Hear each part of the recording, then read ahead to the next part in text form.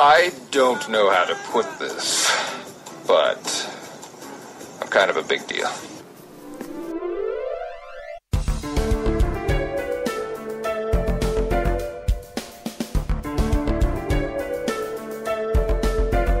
Dr. Bones,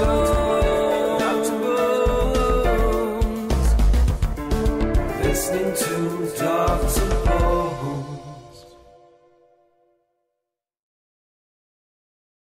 Good afternoon, this is Dr. Bones Live, and it's Saturday, so that means it's time for another episode of... And now it's time for another episode of Bloggers Corner with Britt. Bloggers Corner, and Britt, great to have you on as always. Thanks for having me.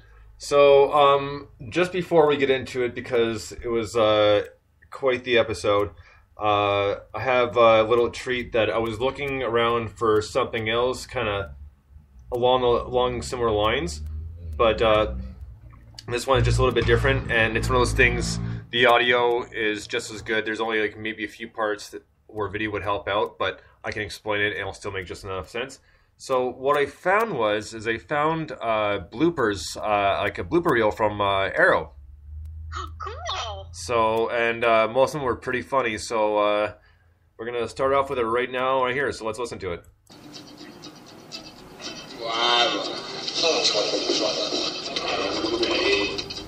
Come in. Way to go for this. A sub-level is not listed on the inspections. We're hoping. Are you hoping? Would you like to get with her like this? Max Fuller? I banged his fiance. I banged his fiance. His fiance. I hope she sees it that way.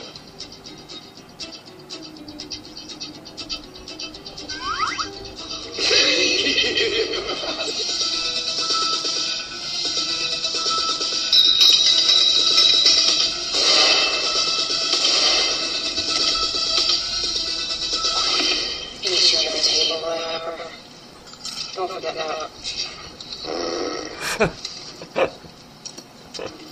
What is that?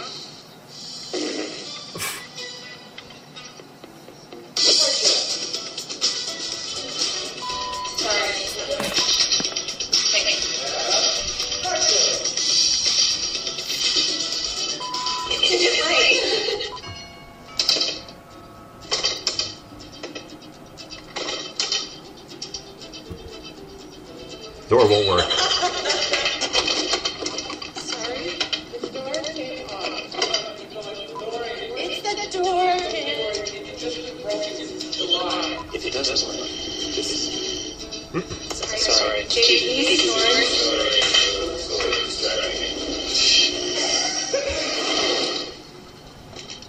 You're trying something.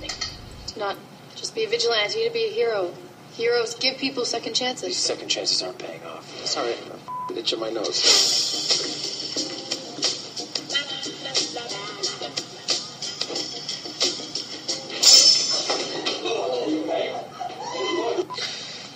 I hope you put some McCune's export in my blood. What the kind of is that all about? In hell.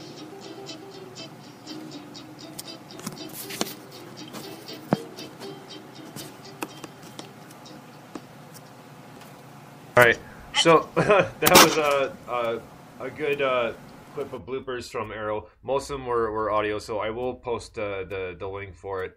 And it was pretty funny. And there's three main ones, and there's one of Oliver on the island with Shadow, and he's like, "How can like a guy with hair like this?" And then there's Roy and Thea are in a restaurant, and she goes, "Remember, Roy? No, I got you on the table." And then they start eating, and then he lets a huge one rip. She's like, "Well, what was that?" And then they start eating again, and then he rips another one. It was funny because she didn't even Thea didn't even break, and Roy just kind of had like a normal face, like what? Wow. Do you think that he was doing that? Do you think it was for real, or was he just joking with her?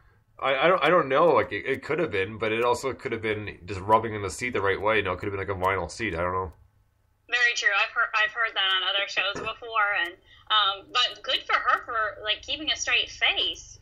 But yeah, it was it was pretty funny. And the other one was Diggle comes in. Felicity's at the computer, and she's like, "I'm in." Diggle comes up. He's like, "Good job, Liv." Couldn't say her name. Couldn't say Felicity. Oh no. So yeah, there was like I said, I'll post the video again later. But it was really funny, and there's like a bunch of times like I was trying really hard not to laugh so I could get a good recording of it. Right, yeah. I love bloopers. They're so funny. I love when they put them at the end of movies. Well, yeah, exactly. I mean, there's always so many good ones. Well, not always. I mean, some of them, they're like, they shouldn't have been put in there. It's a blooper, but it's not really funny. That is true. I just love seeing the whole process and knowing that they are, like, they're struggling. So we get to see it perfectly put together and to kind of appreciate that it's sometimes not as easy as it looks. Exactly. No, it's yeah, acting is not easy to see by any means. So now we get the bloopers out of the way. This episode was fairly good. I mean, I loved the action in it. Like, I mean, they kind of and finally, who got the Red Arrow mask? Roy. Yeah. So there you go. There's our Red Arrow, and which we've been talking about all season about the red hoodie thing, right? So yes. And I like the action. The only thing that kind of it didn't bother me. It just was like, oh, when he's like, when Oliver says no killing. It's like, oh, kind of bummed out. And then they what's her name? They hit her with the arrow, and she's like, kill me or don't kill me. And Sarah's going. He's like, Sarah, no. And their girlfriend comes up and just slices her throat. It's like, awesome.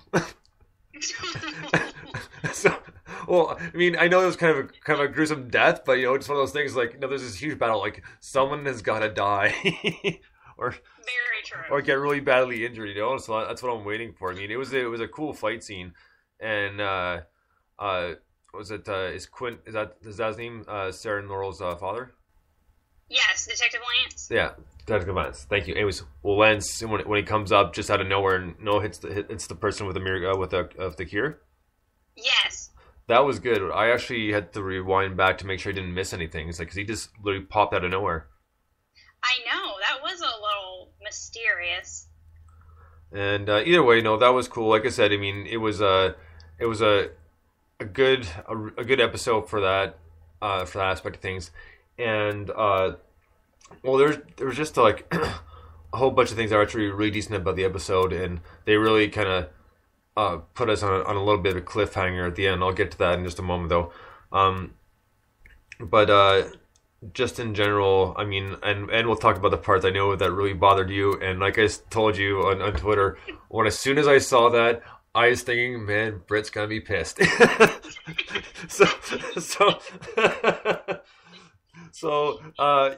Yeah. But otherwise, I think the only drama that wasn't necessary was the fact that Nell Diggle finds out his ex-wife is pregnant. Yeah. So I guess that's a good twist, but I'm not sure is absolutely necessary. And I would have liked to see the Death Squad do something. Yeah, I was looking for them to kind of really bust out and do some major stuff. I don't know how a baby will fit into the next season, but if they bring in Diggle's baby and then Arrow's baby, his grown-up baby, there'll be 2 kids on the show. Yeah, I know, and I'm not sure, because usually that kind of diminishes it a little bit, just because depending on the child actors, like some of the stuff might be a little too rough, or I don't know. So I don't know if it's gonna change the dynamic a little bit. I mean, it's going to. I just hope it doesn't kind of sink it. Yeah, I agree. So I mean, I don't like to be cynical like that. I mean, like, I want to see another good season, and so I'm hoping that they keep everything in check and keep it going strong. And there was that, but the whole scene, I think they're probably going to use the tower now, like there was in the comic. So that's probably going to be the new hideout. Yes, and I think that is the same tower that they used on, I don't know if it's the exact same set, but it's very similar to the one that they had on Smallville that Chloe ran the watchtower out of. Right. It looked very familiar. No, that's a good point. I never thought of that. But so there's that, and it just looks like it's gonna be a season full of hopefully exciting stuff. Just a few more things, and we'll get to the end and to your part that you didn't like too much. But with Roy, I know Saint Althea denying they knew anything about the Arrow, and of course she finds the Arrow at his apartment, and she writes on that note, and she hops in with Malcolm Merlin, and seeing that and the fact that she was dressed all in black would lead me to believe that she's probably going to come back, but she's going to come back evil. Yeah, I definitely thought that was some foreshadowing there, and I'm really excited. The actor John Barrowman, he's going to be up to a series regular next season, so he's definitely going to have a very prominent presence next season. Very excited about that, and I thought that the first time their father and daughter reunion in the previous episode was interesting, but I really liked it in this episode. I liked that she shot him, and then he actually was proud of her. And yeah, I know. You almost killed me. Good job. I know, that was so unexpected, but I think it worked because it was so his character. But I'm really excited to see where Thea goes next season, and I didn't feel that way earlier this year. I didn't really know how she was going to fit into things long term, but I'm very excited that she's getting, brought under her father's wing. I think it could have some really interesting consequences. Well, yeah, I mean, and it makes sense though, right? Because like I said, no, everybody's lied to her, so why is she gonna hang around there? She might as well go with her estranged father, we'll call it.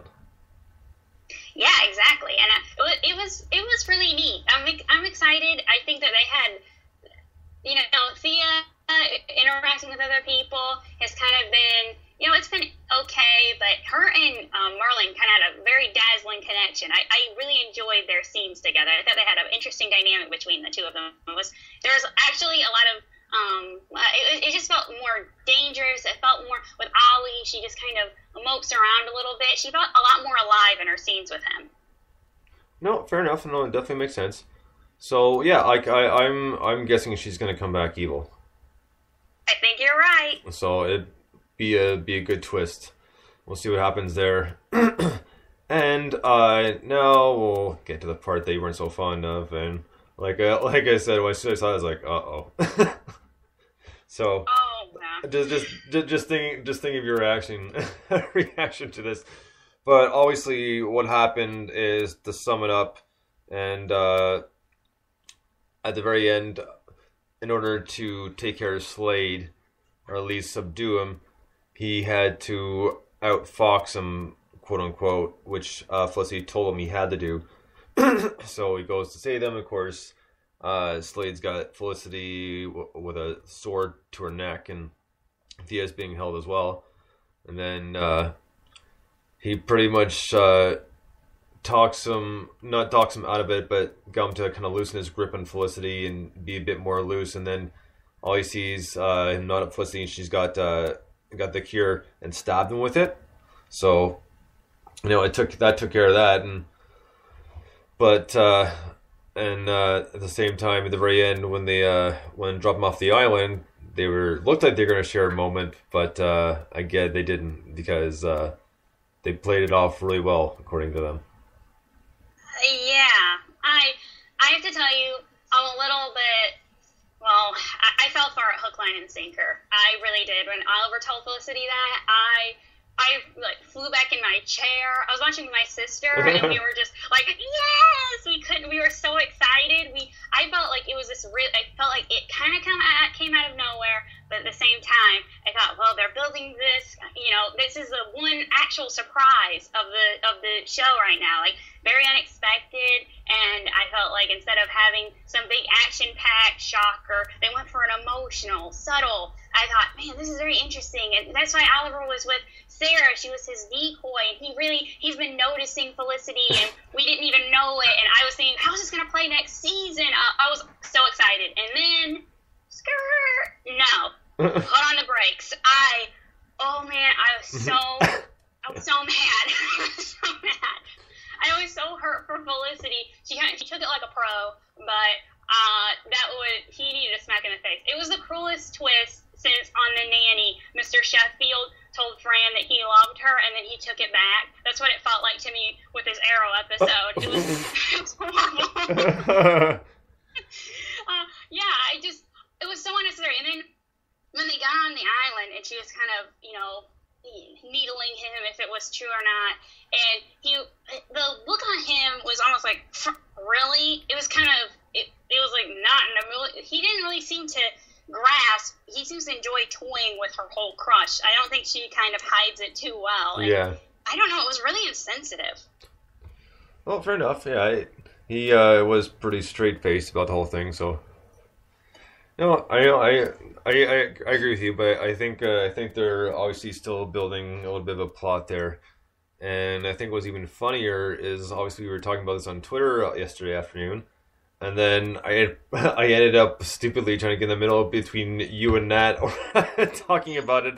That's like, all right, it's like Nat is one of my best pals on Twitter, and she and I both love Arrow, and Mariah, who's also one of my best pals, I think she's listening right now. So hello. When we get talking about Arrow, I felt so bad. We felt bad for Felicity. I think as a woman, you just, that's your girl, and you just feel so bad for her. And I think we've all kind of been there. And I'm sure guys have been there too, women playing with their affections, but it just really hit home. Fair enough. But yeah, so it was just like, I was like getting in the middle of a cat fight. I was like, uh-oh. I know. When we're commiserating, we're just, we're in a flurry. But I do appreciate you did have a good point about that, they are building to a plot, and I get that. They can't pay it off, instantly or whatever, because once people get together, what is there to do? But I don't know if really Felicity is in the long-term scheme of things, because, like we were talking about on Twitter, I was kind of convinced myself that Felicity was Oliver's Lois and Laura was his Lana, but then I got thinking about it, and Felicity kind of fits into what they did with Chloe on Smallville, in that she wasn't originally in the comics, and she had a crush on Clark, but nothing, they were best friends, but nothing romantically ever became of it, right. Sadly. No, that's it. It's a good point. Definitely a good point. So, yeah, and then when the last little part where they show that he didn't spend all 5 years on that island. Yeah, how about that? So that was definitely an interesting thing, because think about it too. Think of the languages he can speak and a lot of stuff he knows. Like that wouldn't all come from that island. There's no way. That is a very good point. Are you excited? Because when I saw it, I thought, this is cool. They'll be off the actual island, but I kind of shrugged about the whole, doing more flashbacks. I quite frankly am starting to feel like they should have spent the whole first season on just telling this origin story instead of going back and forth. No, I agree with that. Just because, I'm getting tired of the flashbacks all the time. It's like, oh, here we go, back to the island again. Yeah, I know. They had these battles, and they had all this excitement going on in Starling City, and then in this particular last episode, and then they would jolt you back to the island. We know that Slade obviously got off the island. There's no tension. We know how things stack up. So I'm finding it very petulant. You know what? No, you definitely good point. I mean, I totally agree with that. Just because, it's frustrating. It's getting annoying. I mean, it's just annoying. Seeing flashback once in a while, it can be funny, wherever you can be good, but not all the time. And on the note of flashbacks, there's actually an Arrow drinking game online, and one of them is you take a shot every time they do a flashback to the island. Oh wow, you get wasted. Yeah. There's that. There's a special arrow, like the one that Laurel shot. Oh, okay. So no special arrow like that. There's a bunch of different ones, but those are the two I remember. But yeah, you'd be hammered by the end of the show. You wouldn't make it through. Yeah, you would pass out before the episode even finished. Yeah, exactly. So I thought that was funny, because I mean, people make up their own drinking games all the time, and I thought, I wonder if there's one for Arrow, and then sure enough, it comes up as it's hilarious. Did you find that? Where did you find that? I just Googled it, and it came up in a search, and I just clicked on the link. So I don't know what the link is, but yeah, I just put Arrow drinking game, and it came up. Okay, I was curious if it was maybe trending on Twitter as #Arrow drinking game. No. I googled it. Alrighty. What did you think? You might people also might have been drinking because of how many near deaths there were. Oh, and how many times Sarah has fake left town. I pray it's for real this time. Do you think that their dad is really, gone? I don't know. That's a tough one. Because he had such relevance in this season, right? So but the way there's stuff they brought up in this finale episode, kind of, I don't know. It's kind of half and half, because the last 2 episodes he gets his detective badge back. And like I said, he had a lot of relevance in the season by helping the Arrow and that sort of thing, and helping out the last minute, just coming out of nowhere with a cure arrow and stabbing him. I'm not sure that would lead me to believe they would carry him into the next season, because they could probably come up with some stuff he could still do. It wouldn't necessarily be the sidekick of Arrow, but he'd be able to help him out in ways that that Arrow couldn't get to, sort of thing. True. But they kill him off. He'd be missed, but he probably wouldn't be that long before people kind of forgot about him.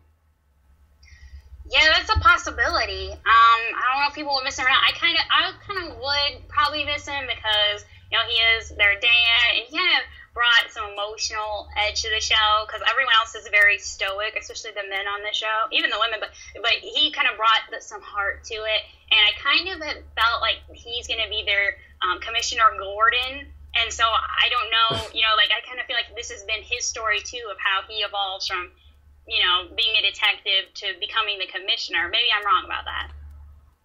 It's possible, definitely a possibility. And there's one more thing.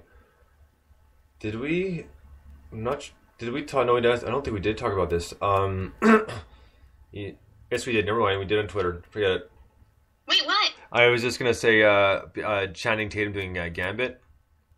Oh yeah, we can definitely talk about that. So that's it. We're done with Arrow for the season until when it starts up again, which is probably September. Yeah, probably. So right around there, but there'll be plenty of other stuff throughout the summer to talk about. So it ended well, and they left a lot of things obviously unanswered and get you thinking. So it was definitely a good finish, and a couple other good little twists in there. So there's so many things to think of, like what are the kids gonna be like, Diggle's kid and Arrow's kid? Well, what's going to happen with Detective Lance? Is Sarah really gone? Yes, those questions and more. Do you think, just one last thought, do you think that, haven't read anything of the showrunner saying this, but that they could take a leap into the future, and so Diggle's kid would be older, maybe, and then that him and Arrow's kid would be friends? They could possibly do that. Just a thought. Just to get past that kind of awkward kid stage a little bit. Oh, it's definitely possible. They're just going to make the transition smooth. I mean, because obviously people are going to know, but they want to make it kind of fit in, right? Yes, exactly. So definitely a possibility, for sure. Or the other end would be they do a show where they just kind of flash to the future, so they're not actually living the future, they're just kind of flashing forward. And that would be cool. So if they did that on Lost, where they didn't actually flash forward there. We thought they were, but flashing forward and then flashing back. I would much rather flash to the future than flash to the back. Yeah, and just thinking of the future. Yesterday at work, the radio was on, and people were calling in. It was twins, some sort of rafting trip, and the guy was not quite humming the movie tunes, but it was still clear enough that you could tell what it was. And normally I don't pay attention to this stuff at all, and I'm listening. I know what it is right away, and it's Back to the Future.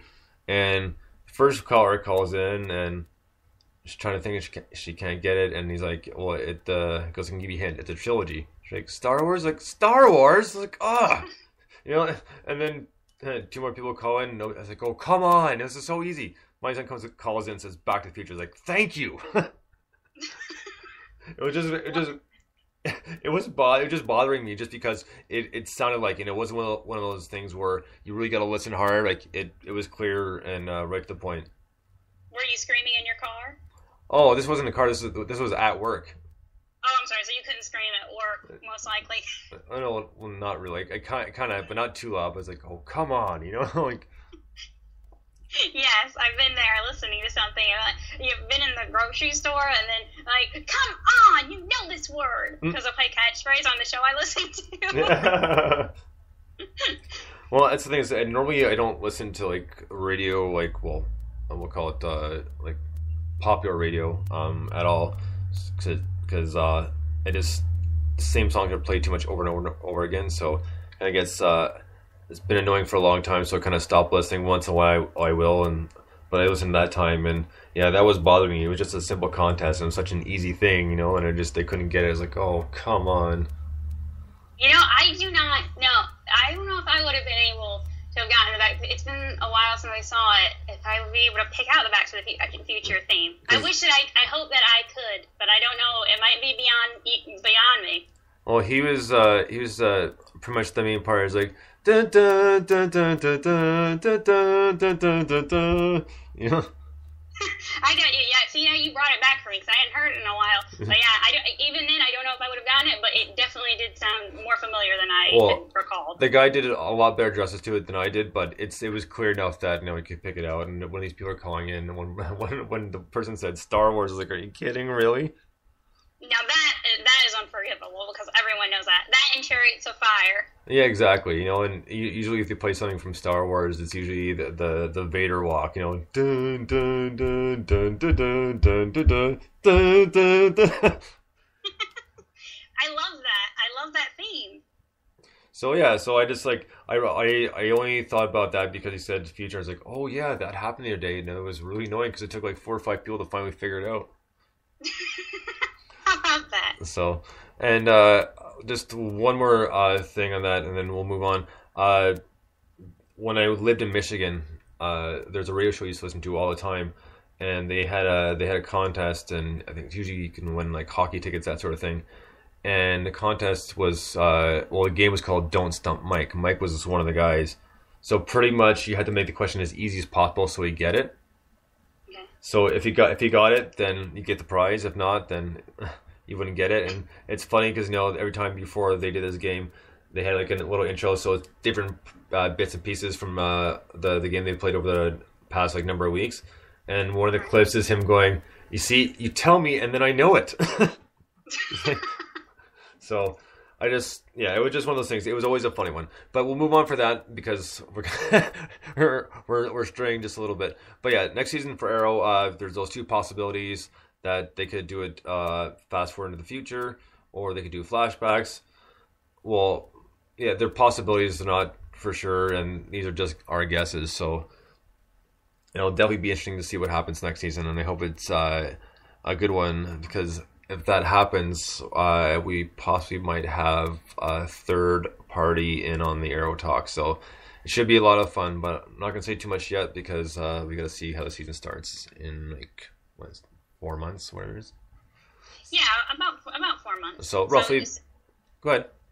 I was going to say the CW typically starts their season about a few weeks before all the major networks. So normally the major networks start around October, so they probably start in September. So it should be a shorter wait than waiting on the other shows. You know what? Speaking of that, there's one show that kind of just disappeared and I haven't been able to find anything on it, and I'm kind of sucks because the show was good. It was that show Brooklyn Nine-Nine with Andy Samberg. Oh yeah, that got renewed. It did get renewed. It did. Okay, because I couldn't find anything the other day. I think that they announced it after they won that Emmy, so it kind of, with everything else getting this big publicity from being renewed or not, they went ahead and did it early, so that may be why they didn't get as much publicity. But I'm pretty sure that I'm very confident that did get renewed, so that should be back. I think they ended the season a little earlier, too, than everyone else. Yes, they did. But it will be back. Awesome, because that is a funny show. So like, it was really funny, and they have such a good cast because there's such diversity in there, and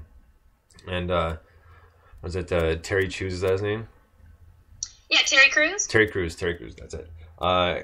couldn't remember his last name there for a second, but he is hilarious. I mean, that whole crew is hilarious because they're so diverse.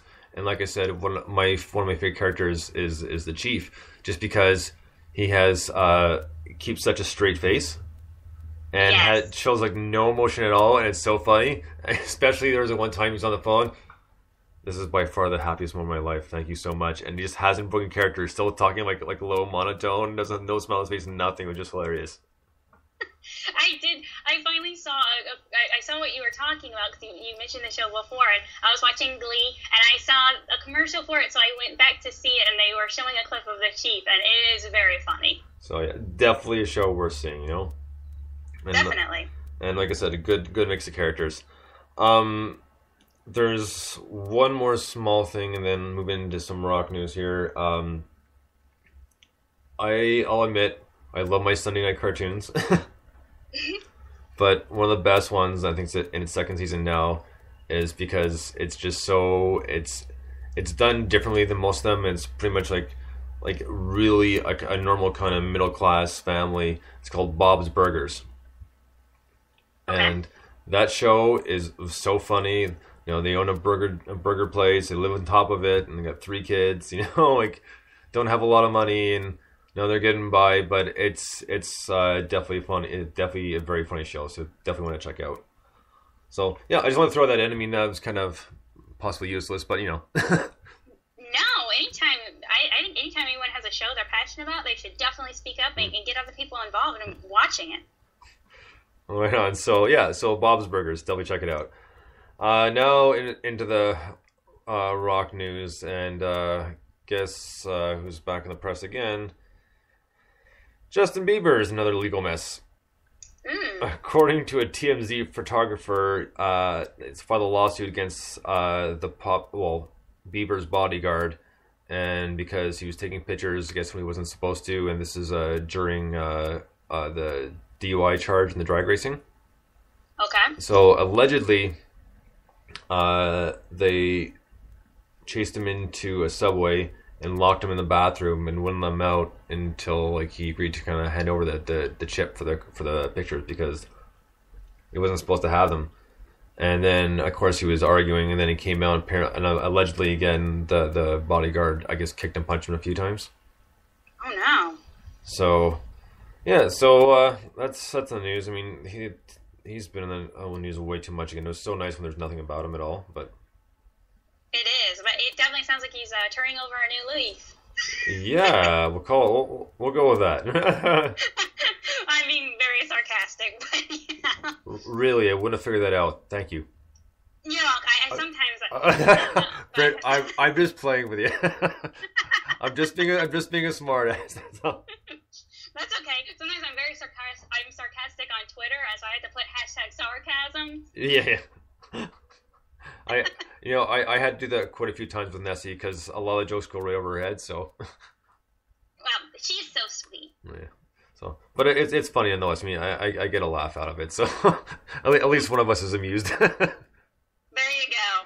But it's nothing bad. I mean, it's not like horrible stuff. It's just really simple, easy, stupid stuff, and doesn't get it. So, actually, you know what? Before I get on the next story, this has always killed me, and I'll always remember this.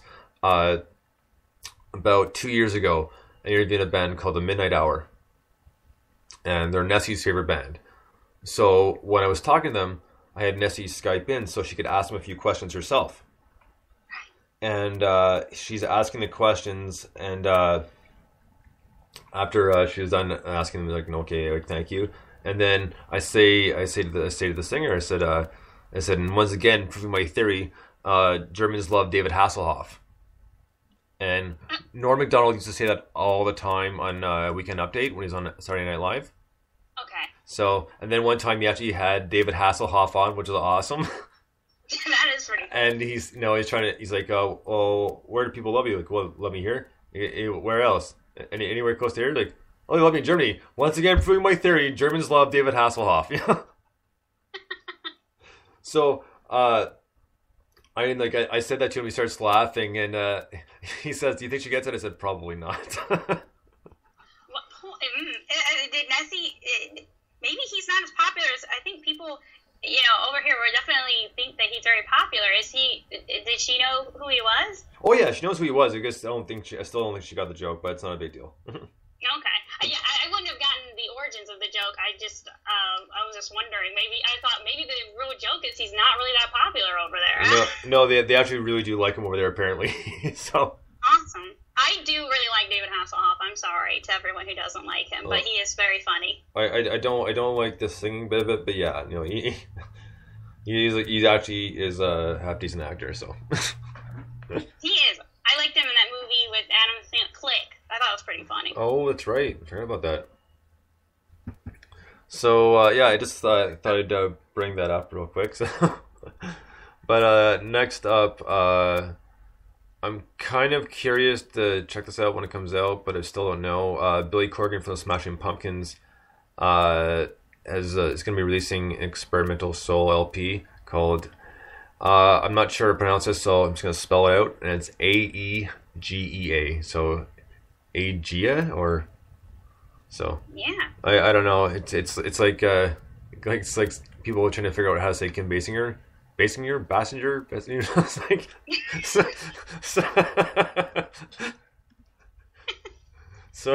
so yeah. There's a little snippet of that on his website. I haven't checked it out yet. I'm just like one of those things. I kind of want to, but I'm still a little bit reluctant because I just don't like the way he went musically. So that's my only personal opinion.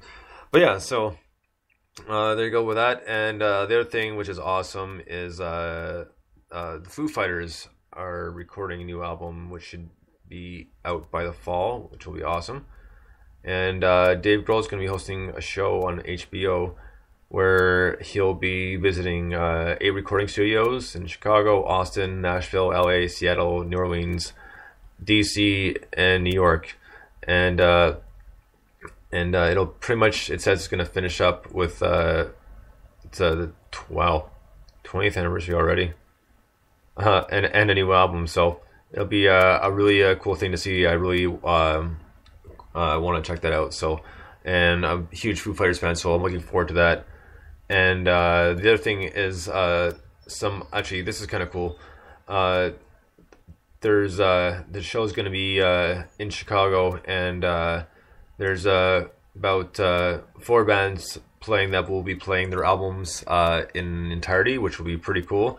Weezer is going to be playing their Blue album in its entirety, so that's their first album, of course, with songs like Buddy Holly and the Sweater Song and Surf Wax America. I mean, it's a great album. So they'll be playing that. They'll be playing that in full. Jane's Addiction will be playing their first album in full. It's in its entirety.